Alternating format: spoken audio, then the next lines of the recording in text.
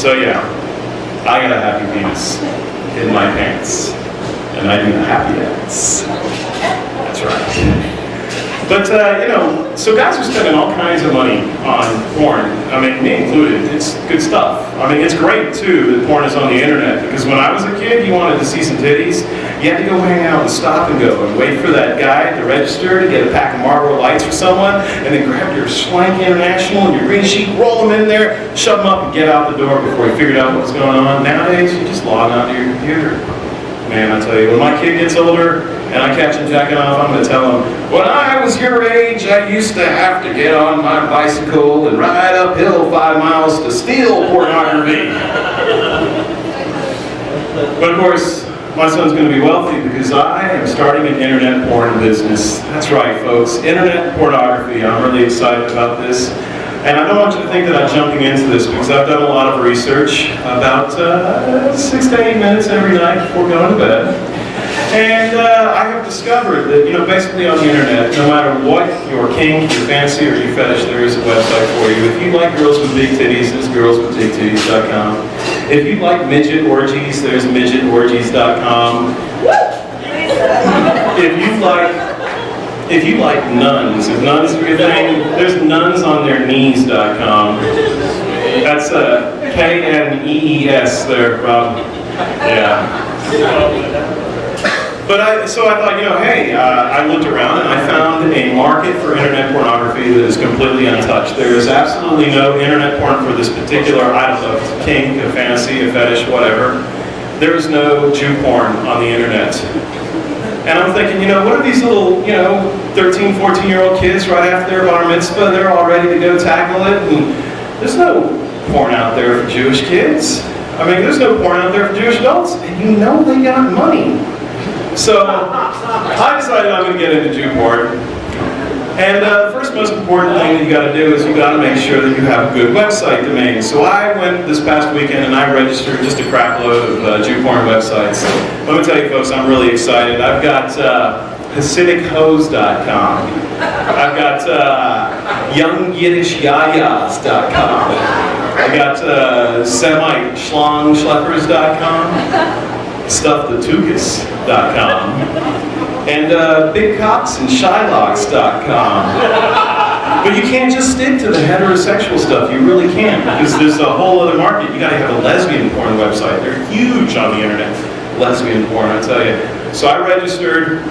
I like thekuckdyke.com. And I don't want to leave gay guys out there. I mean, I know that there are some gay guys out there who like getting on internet porn. And so I got a couple of gay porn websites. I got mybarfitzia.com.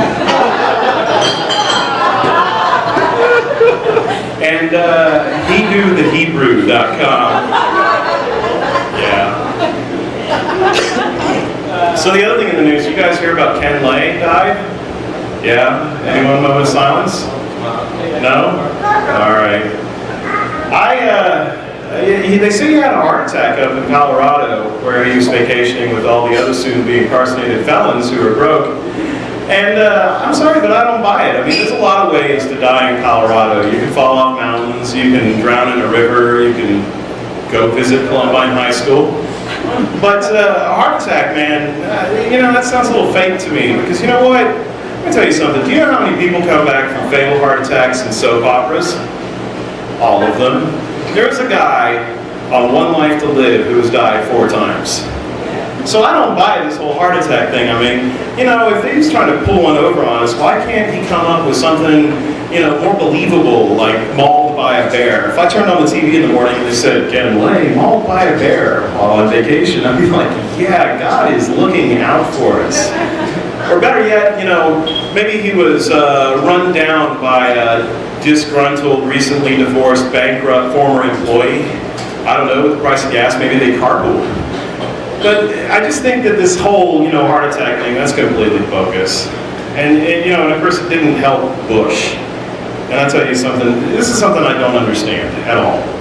Okay, you hear these people and they talk on TV about they voted for the guy because they want to have a beer with him. Does anyone here want to have a beer with George Bush? Anyone? Come on, show of applause.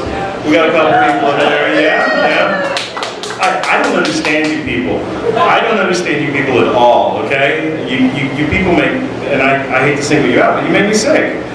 The man is a recovering alcoholic, and you want to have a drink in front of him. You want to tempt him. Because, you know, first thing it's a beer at your barbecue. Next thing you know, he's drunk on cheap tequila and choking on pretzels. I mean, come on. Drinking with George Bush would be like, I don't know, having a meeting with Bill Clinton and having an intern suck your dick. Or playing Simon against Ronald Reagan. That's just cruel. Or, oh, I'm going further. It's getting worse, sir. Playing hacky sack with FDR. Yes, I got booze. All right, I'm done, folks. I'm Chris McGregor.